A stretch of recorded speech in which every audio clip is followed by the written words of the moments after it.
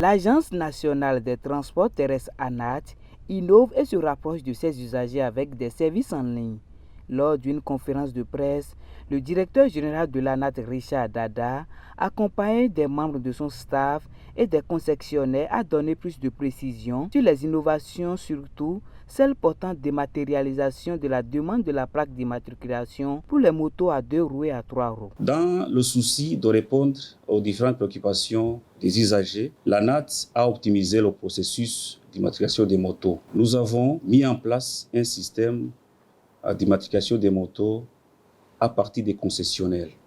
Actuellement, les usagers qui achètent les motos chez les concessionnaires, je peux citer Spiro et Evame comme projet pilote, peuvent acheter leurs motos et obtenir leurs plaques en temps réel. Des initiatives en cours permettent aux usagers, non seulement à travers les concessionnaires, mais aussi au niveau de nos agences, d'obtenir leurs plaques en temps réel. Dans 24 heures, l'usager qui remplit toutes les conditions peut obtenir sa plaque.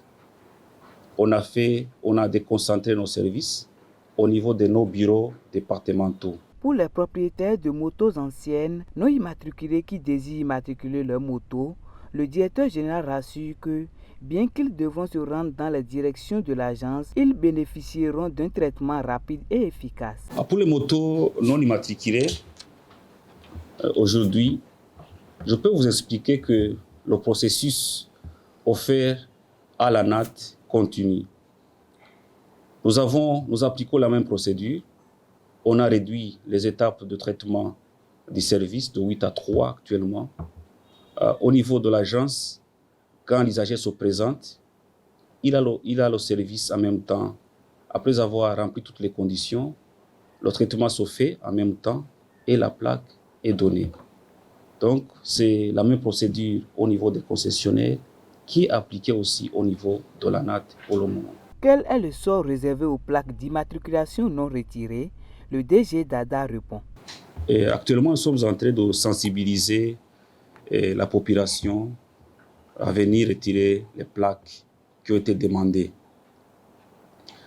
Nous sommes en train de travailler aussi avec nos points focaux au niveau des communes et aussi avec les chefs d'arrondissement au niveau de Cotonou pour informer aux usagers qui avaient fait la demande d'immatriculation de venir retirer leurs plaques. Nous sommes en train de communiquer, de sensibiliser, mais nous allons passer à une autre étape de donner le délai qui sera de 3 mois à partir du mois prochain. Passé ce délai, les plaques non retirées se verront détruites. Pourquoi? Parce que garder une plaque qui n'est pas fixée ou bien qui n'est pas utilisée constitue un risque pour nous et pour même les usagers. Donc ces plaques, on va continuer à sensibiliser les gens à venir les retirer, mais une fois le délai de 3 mois dépassé, ces plaques seront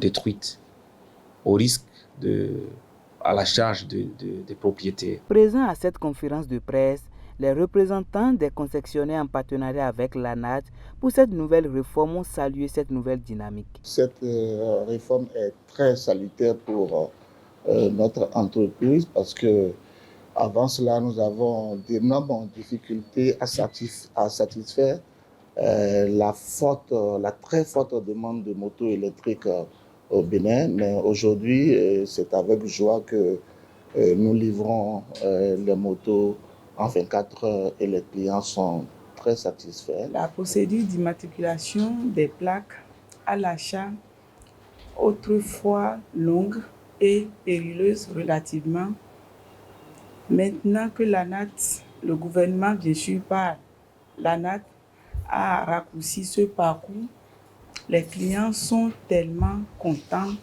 et ravis.